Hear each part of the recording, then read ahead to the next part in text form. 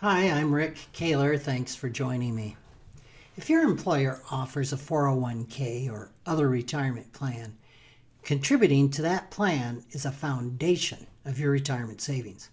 However, as you get closer to retirement age, a strategy you might consider is to move some of your retirement funds out of your employer's plan and into an IRA at a custodian like TD Ameritrade or Fidelity. Such a rollover is often done when you leave the employer, although many employers give you the option of keeping your retirement account with them. What isn't commonly understood is that you can also do a rollover while you're still employed as long as you're over age 59 and a half. One reason to consider leaving your employer's plan is that most of them have higher overall fees than if you put your funds into an IRA.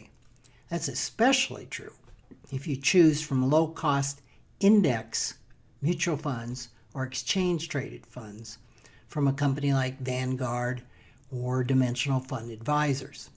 It's not uncommon to save up to 1% annually by making a rollover into these mutual funds, which are available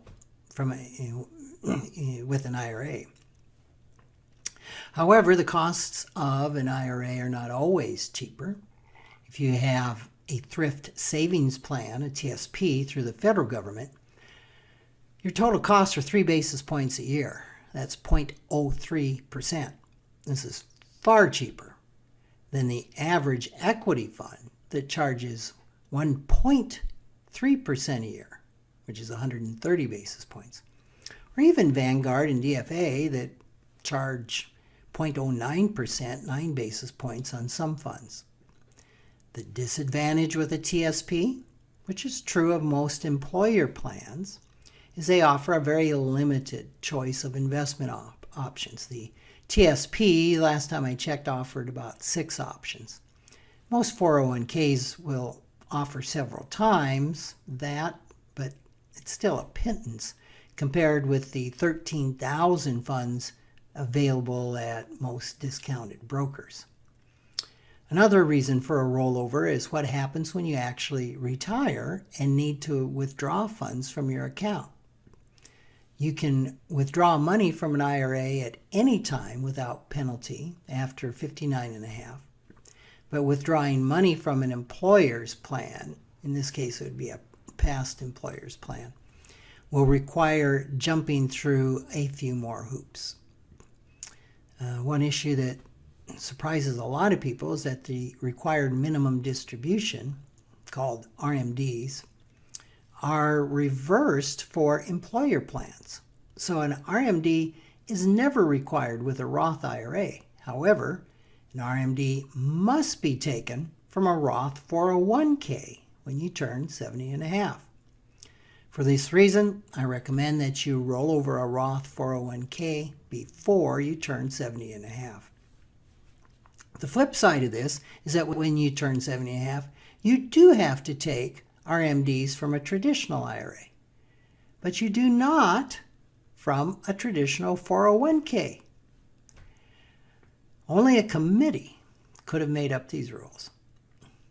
The new tax code has made charitable giving less advantageous. However, if you're over 70 and a half, you can give to charity tax-free from your IRA via a qualified charitable distribution called a QCD.